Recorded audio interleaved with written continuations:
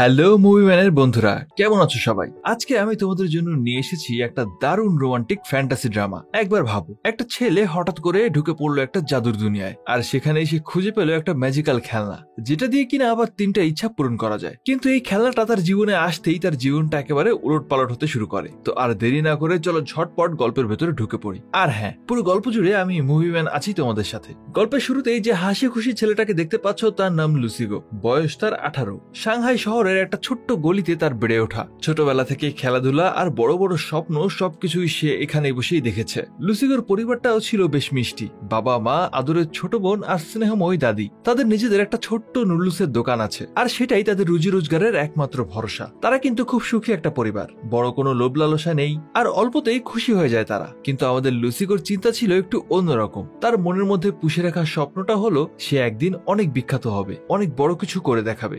আর এই লুসিগোর মনে একটা বিশেষ জায়গা করে নিয়েছিল জিন নামের একটা মেয়ে। জিনকে এক ঝলক দেখার জন্য লুসিগো তার প্রাণের বন্ধু ফেটিকে নিয়ে প্রায় রাস্তার মোড়ে দাঁড়িয়ে থাকতো। আর এমনই একদিনের কথা, লুসিগো অধীর আগ্রহে অপেক্ষা করছে, আর ঠিক তখনই জিন আসে। জিনকে দেখা মাত্র লুসিগো যেন মুগ্ধ হয়ে গেল, একেবারে এক দৃষ্টিতে তাকিয়ে থাকে তার দিকে। জিনকে অনুসরণ করতে করতে লুসিগো একটা স্কুলের সামনে এসে পৌঁছায়। আসলে জিন এখানে একজন কাউন্সিলর হিসেবে কাজ করত।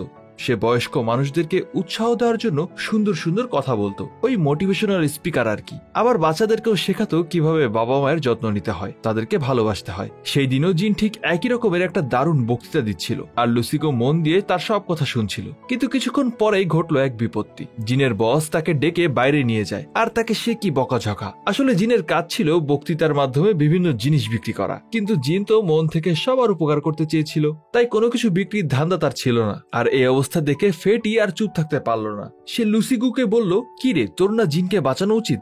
আর লুসিগো অমনি সাহস করে এগিয়ে গেল জিনকে বাঁচাতে। কিন্তু সে কি বলে তাকে বাঁচাবে সেটাই বুঝে উঠতে পারছিল না বেচারা। অনেক চেষ্টা করে কিছু একটা বলতে গেল, কিন্তু নার্ভাসের চোটে সবকিছু গুলিয়ে ফেললো। তার উল্টাপাল্টা কথা শুনে সবাই হো হো করে হেসে উঠল, আর লজ্জায় লাল হয়ে লুসিগো আবারও নিজের সিটে ফিরে এলো। আর অন্যদিকে বসের বকা খেয়ে জিনের মনটা তখন ভীষণ খারাপ হয়ে গেছে।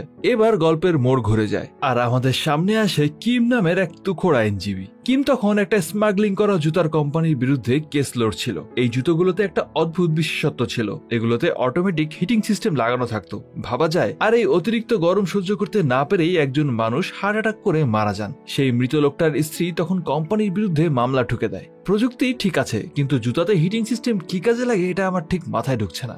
যাই হোক, কিম আদালতে প্রমাণ করে দেয় যে জুতার কোম্পানিটা আসলে একটা ভুয়া কোম্পানি, আর তাদের জুতা ব্যবহার করলে মানুষের হার্ট অ্যাটাক তো বটেই, আরো অনেক মারাত্মক স্বাস্থ্য ঝুঁকিও হতে পারে। আর সবকিছু শুনে আদালত কোম্পানিটাকে তাদের ডিফেন্স করার জন্য বেশ কিছুদিন সময় দেয়। শুনানির পর কিম যখন গাড়ি নিয়ে কোথাও যাচ্ছিল, ঠিক তখনই ওই জুতার কোম্পানির মালিক মিস্টার লু কিমকে ফোন করে, আর সে কিমকে $3 মিলিয়ন ঘুষের প্রস্তাব দেয়। কিন্তু শর্ত একটাই, কিমকে তাদের পক্ষে কথা বলতে হবে। আর কিম সে কিন্তু দিব্যি রাজি হয়ে গেল। কিম তখন বলল, ঠিক আছে, আমি একটা অন্য ব্যাংক অ্যাকাউন্টে ডিটেলস পাঠাবো, টাকাটা যেন সেখানেই পাঠানো হয়। একটু পরেই কিম একটা জায়গায় গাড়ি নিয়ে এসে থামে, আর তার সাথে একটা মেয়ে দেখা করতে আসে। আর এই মেয়েটা আর কেউ না, সে ছিল আমাদের জিন। আসলে আমাদের বলে ভুল হবে, সে ছিল লুসিগুর জিন। কিম জিনকে জিজ্ঞেস করে সে নতুন ব্যাংক অ্যাকাউন্টের কার্ডটা এনেছে কিনা। জিন জানায়, হ্যাঁ আমি এনেছি। আসলে বেআইনি কাজের টাকা নিজের অ্যাকাউন্টে রাখতে ভয় পাচ্ছিল কিম, তাই সে জিনের অ্যাকাউন্টটা ব্যবহার করতে চেয়েছিল। আর এখানেই আমরা আরো জানতে পারি জিনের মা ডিং কিমের কাছ থেকে অনেকগুলো টাকা ধার নিয়েছিল, কিন্তু সময় মতো সেই টাকা শোধ করতে না পারায়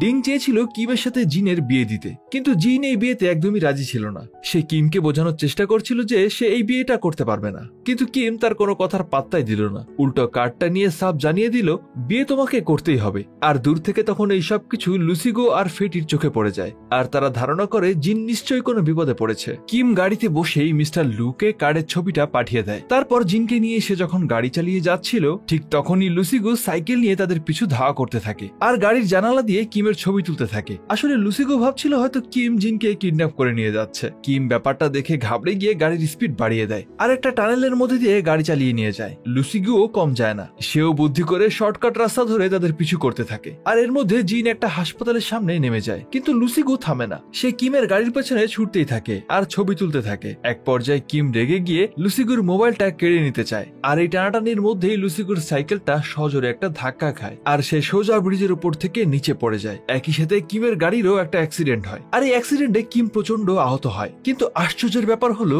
লুসিগো ব্রিজ থেকে নিচে রাস্তায় পড়েনি, বরং সে একটা পোর্টালের মধ্যে দিয়ে সম্পূর্ণ একটা অন্য জগতে চলে এসেছে, একটা জাদুকরী দুনিয়া। আর সেখানকার সবকিছুই যেন জীবন্ত, সব জিনিসপত্র হাঁটতে চলতে পারত।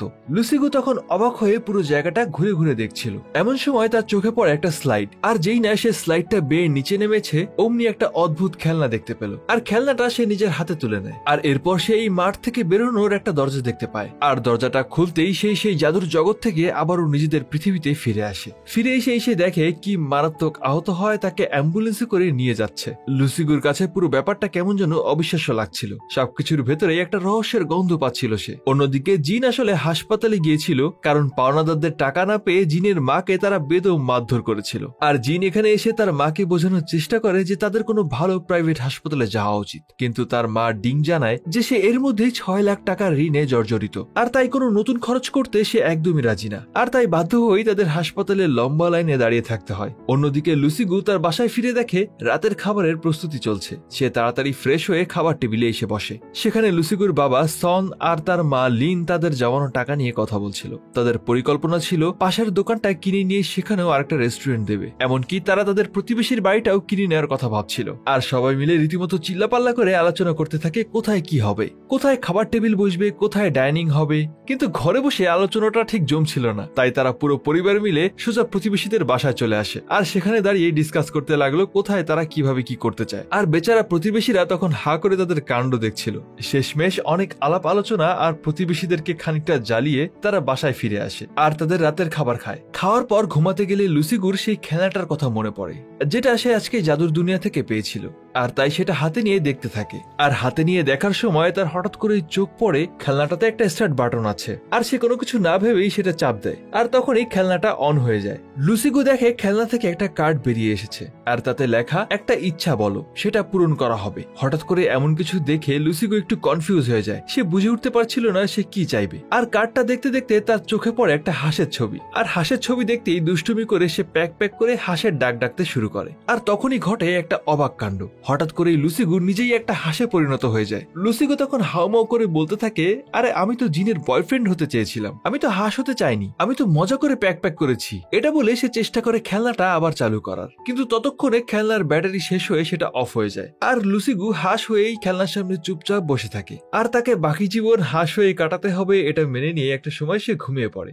মাঝরাতে কিছু জোনাকি পোকা এসে ওই খেলনাটার উপরে বসে, আর সঙ্গে সঙ্গে খেলনাটা আবারও চালু হয়ে যায়। আর লুসিগুর দ্বিতীয় ইচ্ছাটা আর জিনের বয়ফ্রেন্ড হওয়ার ইচ্ছাটা পূরণ হয়ে যায়। সকালে যখন লুসিগু ঘুম থেকে ওঠে সে দেখে তার চেহারা আর আগের মতো নেই, সে কিমের মতো দেখতে হয়ে গেছে। আর তার এই রূপ দেখে বাড়ির সবাই ভয়ে চিৎকার করতে শুরু করে, কারণ কেউ তাকে চিনতেই পারছিল না। কিন্তু লুসিগু তখন মরিয়া হয়ে তাদেরকে বোঝানোর চেষ্টা করে যে সে আসলে লুসিগু। এমনকি সে নিজেকে প্রমাণ করার জন্য পরিবারের সবার গোপন কথাগুলো গড়গড় করে বলতে থাকে, যেমন তার বাবা সন এখনো লুকিয়ে লুকিয়ে ধূমপান করে, আর তার দাদির একটা গোপন ইউটিউব চ্যানেল আছে, এমনকি তার মায়ের প্রিয় গানটাও সে গিয়ে শোনায়। কিন্তু কিছুতেই কিছু হয় না। তার বাবা সন রেগে গিয়ে তাকে ঘর থেকে বের করে দেয়। কিন্তু পুরো পরিবারের মাথায় তখন একটা কথা বারবার ঘুরপাক খাচ্ছিল, লুসিগুর ঘরে যদি এই লোকটা ঘুমায় তাহলে তাদের আসল ছেলে লুসিগু কোথায়। তারা লুসিগুর ফোনে একটা ভিডিও কল করে, আর ওমা সেখানেও কিমের চেহারার লোকটাই লুসিগুর ফোন ধরে। আর এটা দেখে তার বাবা মা আরো বেশি টেনশনে পড়ে যায়। এদিকে দৃশ্যপট পাল্টালে আমরা দেখি হাসপাতালে নার্স কিমের জায়গায় অন্য কাউকে শুয়ে থাকতে দেখে একেবারেই চমকে ওঠে। সে বুঝতেই পারছিল না এক রাতের মধ্যে একটা মানুষ কিভাবে এত বদলে যেতে পারে। আর আমাদের লুসিগু সে তখন লুকিয়ে লুকিয়ে তার বন্ধু ফেটির বাসায় গিয়েছিল। সে ফেটিকে পুরো ঘটনাটা খুলে বলে, কিন্তু ফেটি প্রথমে কিছুই বিশ্বাস করতে পারছিল না। যখন লুসিগো তাদের দুজনের গোপন কথা বলে, আর তখন ফেটি মানতে বাধ্য হয় যে এই মধ্যবয়স্ক লোকটাই আসলে তার বন্ধু। কিন্তু লুসিগুর এই অবস্থা কিভাবে হলো সেটা সে বুঝতে পারছিল না। অন্যদিকে অনেক খোঁজাখুঁজির পর সন আর লিন তাদের ছেলেকে খুঁজে পায়। মানে তারা হাসপাতালে থাকা কিমকেই লুসিগু ভেবে আদর যত্ন করতে থাকে। কিন্তু কিম তাদের সাথে খুব খারাপ ব্যবহার করে, কারণ লুসিগুর শরীরে তো আসলে কিমের আত্মা ঢুকে আছে, সে তো আর আসল লুসিগু না। একসময় কিম আয়নায় নিজেকে দেখে রীতিমতো আটকে ওঠে, কারণ তার পুরো চেহারাটাই পাল্টে গেছে। গতকালও সে কিম ছিল, কিন্তু আজকে সে একটা ছোট্ট বাচ্চা হয়ে গেছে। আর ঠিক সেই মুহূর্তে হাসপাতালে মিস্টার লুয়ের দুজন লোক আসে সেই ডিলটা কনফার্ম করার জন্য। কিন্তু কিমের জায়গায় অন্য আরেকটা লোককে দেখে তারা সেখান থেকে চলে যায়। কিম তাদেরকে আটকানোর অনেক চেষ্টা করে, কিন্তু তারা ততক্ষণে হাওয়া। আর কিমের এই পাগলামি দেখে হাসপাতালের লোকজন তাকে তার পরিবারের হাতে তুলে দেয়। এদিকে লুসিগু ফেটিকে নিয়ে তাদের বাড়ির সামনে আসে। ফেটি অনেক কষ্ট করে লুসিগুর লুসিগুর বাড়ির জানালা দিয়ে তার রুমে ঢোকে আর সেখান থেকে সেই ম্যাজিক্যাল খেলনাটা নিয়ে তারা দুজনে মিলে একটা টানেলে চলে আসে। আসলে এখানেই তারা দুজনে মিলে প্রায় আড্ডা দিত। আর এবার দুই বন্ধু মিলে সেই খেলনাটা ভালোভাবে দেখতে থাকে, কিন্তু খেলনাটার গায়ে লেখা ভাষাগুলো তারা কিছুতেই বুঝতে পারছিল না। আর তাই তখন তারা সেই লেখাগুলো গুগল ট্রান্সলেটের সাহায্যে ট্রান্সলেট করতে শুরু করে। আর তারা বুঝতে পারে এই খেলনাটার গায়ে লেখা আছে যে কোনো মানুষ এটা ব্যবহার করে তার 3টা ইচ্ছা পূরণ করতে পারবে, কিন্তু তার এই 3টা ইচ্ছা 6 দিনের মধ্যে আর 6তম দিনে সন্ধ্যা 6টার আগে পূরণ করতে হবে। এই সময়ের মধ্যে যদি কেউ ইচ্ছাগুলো পূরণ করতে না পারে তাহলে তার তৃতীয় ইচ্ছাটা বাতিল হয়ে যাবে, আর যদি তৃতীয় ইচ্ছা পূরণ না হয় তাহলে সারা জীবন তার দ্বিতীয় ইচ্ছাতেই আটকে থাকতে হবে। অর্থাৎ লুসিগু যদি তার তৃতীয় ইচ্ছাটা পূরণ করতে না পারে তাহলে তাকে সারা জীবন কিম হয়েই থাকতে হবে। কিন্তু এদিকে দুই বন্ধুর মাথায় ঘুরছিল আরেক প্ল্যান। তারা চিন্তা করে এই 6 দিনে তারা কিমের সব টাকা দিয়ে চকলেট আর খেলনা কিনে উড়িয়ে দেবে, আরো অনেক কিছু করবে বলে তারা প্ল্যান করতে থাকে। কিন্তু লুসিগু বলে, না, আমি এসব কিছুই করতে চাই না, আমি শুধু জিনের সাথে ডেট করতে চাই। আর তাই ফেটি তখন তাকে বুদ্ধি দেয়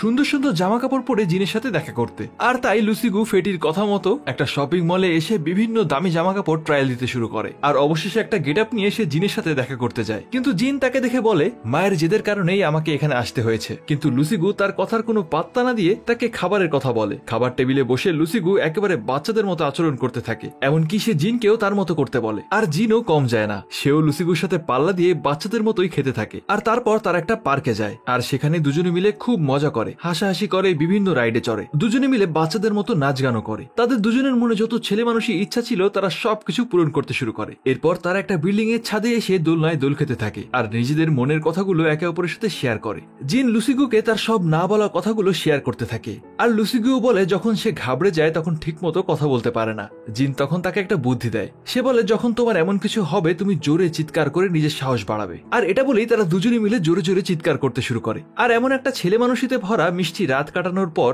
সকালবেলা ফিরে যাওয়ার সময় জিন লুসিগুকে বলে, তোমার এই বাচ্চা মনটাকে আমি ভালোবেসে ফেলেছি। এই বলে জিন হঠাৎ করে লুসিগুকে জড়িয়ে ধরে আর তাকে কিস করতে চায়। কিন্তু ঠিক তখনই লুসিগু জিনকে ধাক্কা দিয়ে ফেলে দেয়, কারণ আত্মাটা লুসিগুর হলেও শরীরটা তো কিমেরই ছিল। আর লুসিগু কিছুতেই চায় না জিন কিমকে কিস করুক। জিনকে এভাবে হঠাৎ ধাক্কা দেওয়ায় তার পা মচকে যায় আর সে রেগে গিয়ে লুসিগুকে অনেকগুলো কড়া কথা শুনিয়ে সেখান থেকে চলে যায়। অন্যদিকে তখন কিমকে লুসিগুর বাবা মা তাদের বাড়িতে নিয়ে যায়। কিম সেখানে মিস্টার লুয়ের সাথে দেখা করার অনেক চেষ্টা করে, কিন্তু প্রত্যেকবারই ব্যর্থ হয়। সে তার নিজের বাসায় যাওয়ারও অনেক চেষ্টা করে, কিন্তু সিকিউরিটি গার্ড তার অচেনা চেহারা দেখে তাকে ঢুকতেই দেয় না। এদিকে সন আর লিন ভাবে অ্যাক্সিডেন্টের কারণে তাদের ছেলের হয়তো স্মৃতিশক্তি চলে গেছে আর তাই সে এমন অদ্ভুত আচরণ করছে।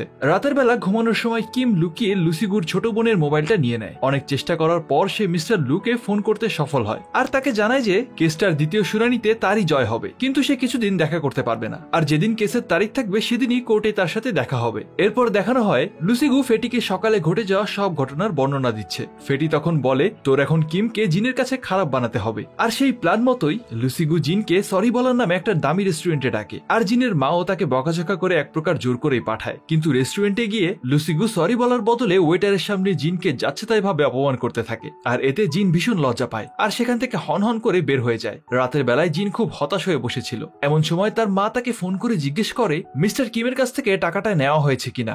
জিন বিরক্ত হয়ে তার মায়ের ফোনটা কেটে দেয় আর তার কিছুক্ষণ পরে লুসিগু তাকে আবার ফোন করে সরি বলার জন্য। কিন্তু জিন এবার রেগে গিয়ে বলে সে যা করেছে সেটা মোটেও ঠিক করেনি আর এর জন্য সে তাকে কোনোদিনও ক্ষমা করবে না। কিন্তু এটা শুনে ফেটি আর লুসিগু খুশিতে একেবারে ফেটে পড়ে, কারণ তাদের প্ল্যান তো সাকসেসফুল হয়েছে। জিন কিমকে অপছন্দ করতে শুরু করেছে, তাই লুসিগু আবারও তাকে বুঝিয়ে সুঝিয়ে দেখা করার কথা বলে একটা পার্কে নিয়ে আসে, কারণ সে চাচ্ছিল জিন যেন কিমকে প্রচন্ড ঘৃণা করতে শুরু করে। তাই লুসিগু আগে থেকেই দুটো মেয়েকে ঠিক করে রেখেছিল আর জিন আসার সাথে সাথেই মেয়ে দুটো জিনকে খুব বাজেভাবে অপমান করতে থাকে। জিন রাগে দুঃখে সেখান থেকে চলে যায়। সে কাঁদতে কাঁদতে একটা ট্যাক্সিতে উঠে সেখান থেকে চলে যেতে লাগে আর লুসিগু তখনও দৌড়ে গাড়ির কাছে এসে চেঁচিয়ে বলে, জিন তোমাকে দেখতে একটা ডাইনির মতো লাগছে। এটা শুনে তো জিন আরো রেগে আগুন। সে লুসিগুকে বলে, তুমি আর কোনোদিন আমার সামনে আসবে না। লুসিগু তো মহা খুশি, কিন্তু জিনের এই কথা শুনে লুসিগুর তার পরিবারের কথা মনে পড়ে যায় আর তার মনটাও খারাপ হয়ে যায়। এদিকে সন আর লিন তাদের ছেলে স্মৃতিশক্তি হারানোর দুঃখে খুবই দুশ্চিন্তায় ছিল আর তাই তারা দুজনেই কিমের সামনে একটা সুন্দর গান গাইতে শুরু করে। তারা মনে করছিল হয়তো গান শুনে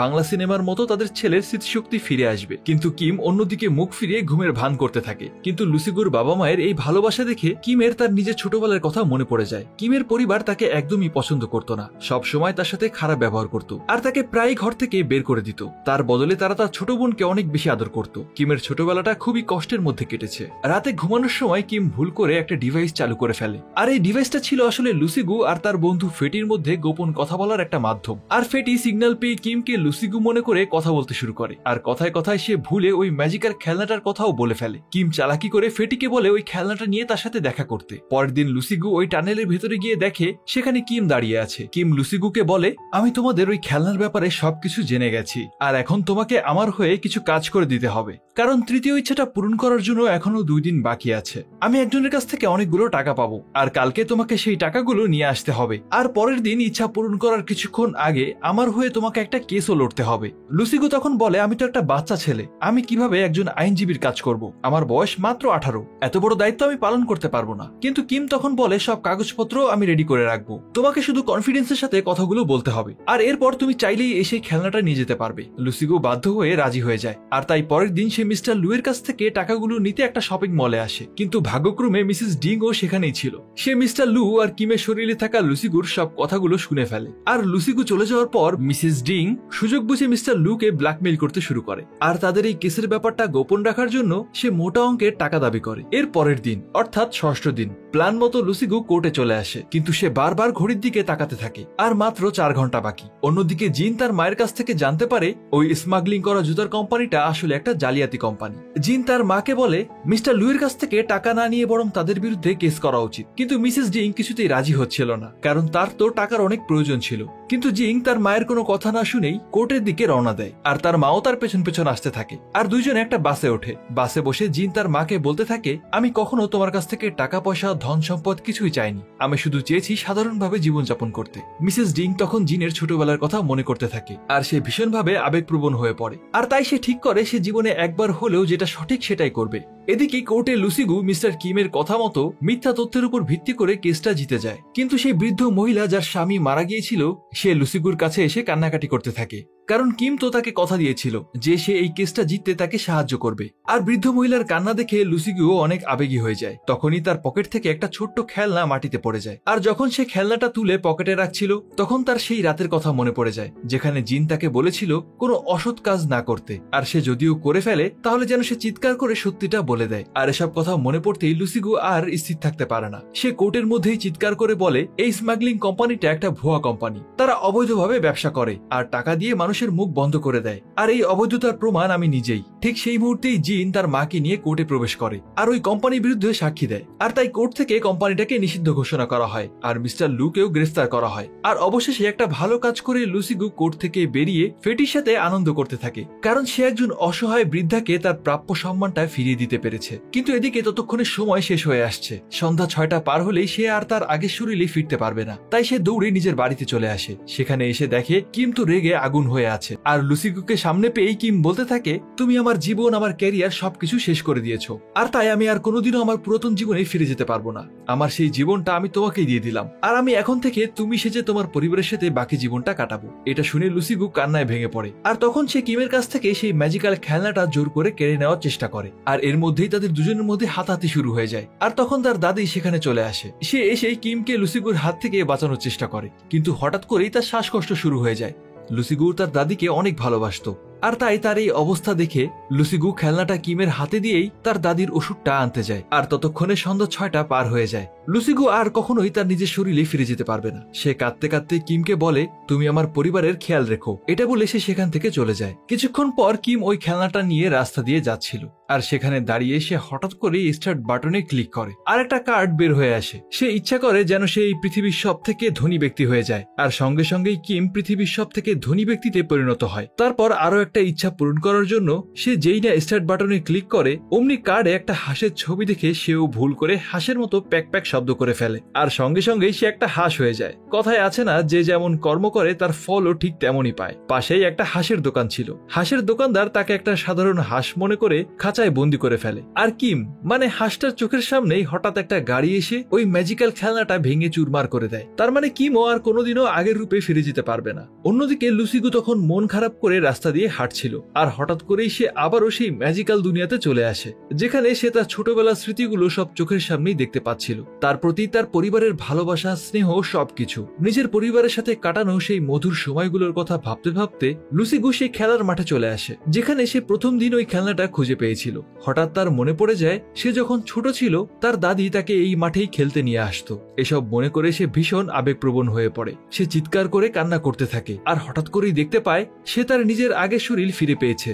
আর এটা দেখে সে তো খুশিতে একেবারে আত্মহারা। খুশিতে পাগল হয়ে লুসি দৌড়ে তার পরিবারের কাছে ছুটে আসে, আর বাড়িতে এসে দেখে সবাই মিলে দাদির সেই লুকানো ইউটিউব চ্যানেলের ব্লগ ভিডিওগুলো দেখছে। আর সেখানে তার দাদি পরিবার কি সেই সম্পর্কে বলছে। আসলে তার দাদি এই ভিডিওগুলো ছাড়তো কারণ সে চাইতো সে যেন মারা যাওয়ার পরও তার পরিবার তাকে মিস না করে। আর দাদি তার সেই ভিডিওতে লুসিগুকে উদ্দেশ্য করে বলছিল সে যেন কখনো তাদেরকে ছেড়ে কোথাও চলে না যায়। আসলে ছোটবেলা থেকে লুসিগু সবসময় বড় কিছু হতে চাইতো, আর এজন্য লুসিগু প্রায় তার পরিবারকে বিভিন্ন কথা শোনাতো, কারণ তার মনে হতো তার পরিবার বড় কোনো স্বপ্ন দেখে না। কিন্তু কিমের শরীর আর তার জীবন থেকে ঘুরে আসার পর লুসিগুর অনেক ভুল ধারণা ভেঙে গেছে। সে বুঝতে পারছিল আসলে পৃথিবীতে টাকা পয়সার থেকেও পরিবার আর ভালোবাসা অনেক বেশি গুরুত্বপূর্ণ। লুসিগু তার ছোটবেলার খেলনাগুলো দেখে আরো বেশি আবেগপ্রবণ হয়ে পড়ে, আর তারপর সে তার পুরো পরিবারের সাথে মিলে নাচ গান করে খুব আনন্দ করে। এখন সে বুঝতে পেরেছে পরিবারের আসল অর্থ কি। এর বেশ কিছুদিন পর লুসিগু জিনকে একটা খেলনা আর একটা কার্ড উপহার দেয়, আর জিন সেগুলো পেয়ে অবাক, কারণ সে এই খেলনাটা সেদিন রাতে ছাদে কিমকে উপহার দিয়েছিল।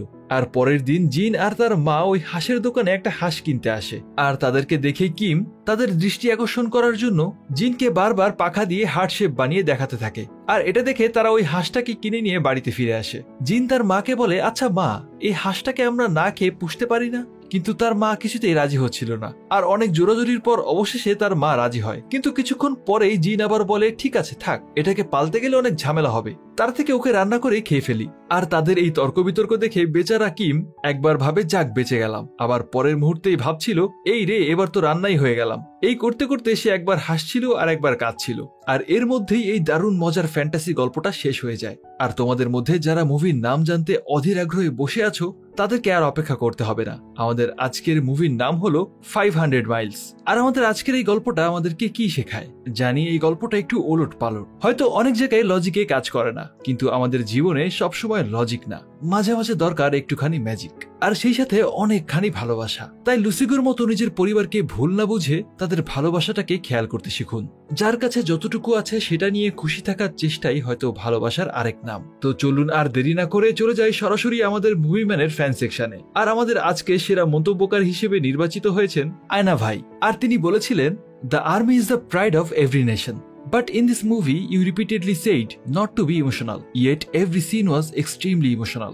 উফ, কি ঠিকঠাক পড়লাম তো নাকি? যাই হোক, আপনাকে অনেক ধন্যবাদ আয়না ভাই। এভাবে আমাদের পাশে থাকার জন্য অন্তরের অন্তঃস্থল থেকে জানাই অসংখ্য ধন্যবাদ। আজকের মতো বিদায় নিচ্ছি, আবারও দেখা হবে এমন সব জম্পেশ মুভি নিয়ে। ততদিন সবাই ভালো থাকবেন, আর অবশ্যই ভালোকে ভালোবাসবেন।